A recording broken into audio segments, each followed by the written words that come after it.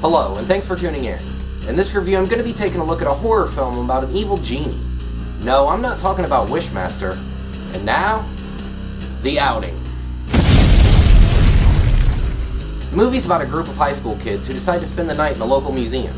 They end up encountering an evil genie who kills them in a number of gruesome ways. I'm not 100% sure if this is the first ever horror film about an evil genie, and it wouldn't surprise me if it wasn't. But it is one of the earliest, and I have to say, it's a really good idea. Having the film take place in a museum was also an extremely good idea, as there's plenty of interesting eye candy throughout. The film would have an extremely silly and cheesy 80s tone. This doesn't necessarily hurt things, just don't come in expecting high art. There's some pretty fun camera work on display here that's extremely reminiscent of Evil Dead.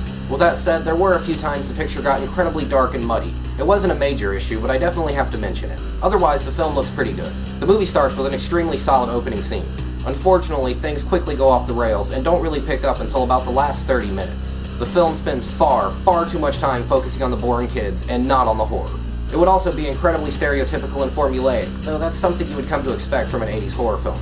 The acting in the film is pretty much complete garbage, though I will say it does add to the film's overall cheesy tone. There would be a number of fun kills and really solid practical gore effects throughout. To be honest, the gore is this film's strongest point. The special effects in the film also have an inescapable 80s charm. On paper, The Outing had all the signs to be a surefire 80s horror classic. However, the filmmakers squander a great premise and spend far too much time focusing on teen melodrama. I can't necessarily recommend it for everyone, but if you're into cheesy 80s horror, it's definitely worth a watch.